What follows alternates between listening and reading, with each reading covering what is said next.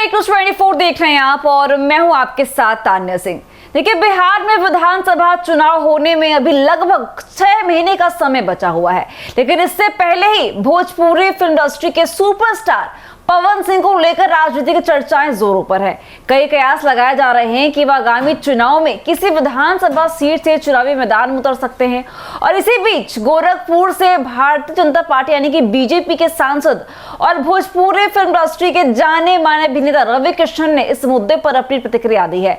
बता दें कि जब रवि किशन से पवन सिंह के चुनाव लड़ने को लेकर सवाल किया गया तो उन्होंने कहा कि पवन सिंह एक स्वतंत्र व्यक्ति हैं और अपने जीवन के फैसले खुद ले सकते हैं।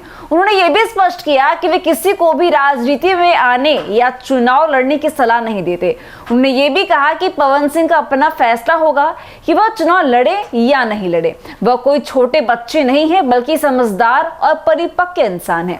बड़े भाई के तौर पर मैं हमेशा उनके साथ खड़ा रहता हूं और आगे भी रहूंगा।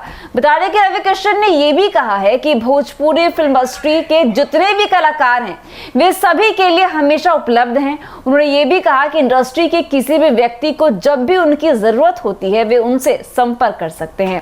मैं केवल एक फोन कॉल की दूरी पर हूँ। किसी को भी जब मेरी जरूरत हो तो एक कॉल या मैसेज करे, मैं तुरंत जवाब दूंगा। देखिए, पूरी इंडस्ट्री इस बात को जानती है कि मैं हमेशा अपने साथियों के लिए खड़ा रहता हूँ। उन्हें यह भी जोड़ा कि रवि किशन का यह बयान ऐसे समय में आया है जब पवन सिंह के विधानसभा चुनाव लड़ने को लेकर अटकलें लगाई जा रही हैं और कई मीडिया रिपोर्ट्स में यह भी दावा किया गया है कि उनकी पत्नी ज्योति सिंह भी चुनावी मैदान में उतर सकती हैं। हालांकि इस बारे में अब तक कोई आधिकारिक घोषणा नहीं की गई है और गौरतलब है कि पावर स्टार पवन सिंह को बीते लोकसभा चुनाव में बीजेपी से पश्चिमी बंगाल की आसनसोल सीट से टिकट दिया गया था, लेकिन उन्होंने चुनाव लड़ने से इनकार कर दिया था और इसके बाद उन्होंने बिहार की काराकाट लोकसभा सीट से निर्दलीय ही प्रत्याशी के रूप में चुनाव लड़ा था और इस चुनाव में उन्हें 2.74 लाख से अधिक वोट मिले थे, लेकिन वह जीत हासिल नहीं कर सके और दूसरे स्थान पर रहे।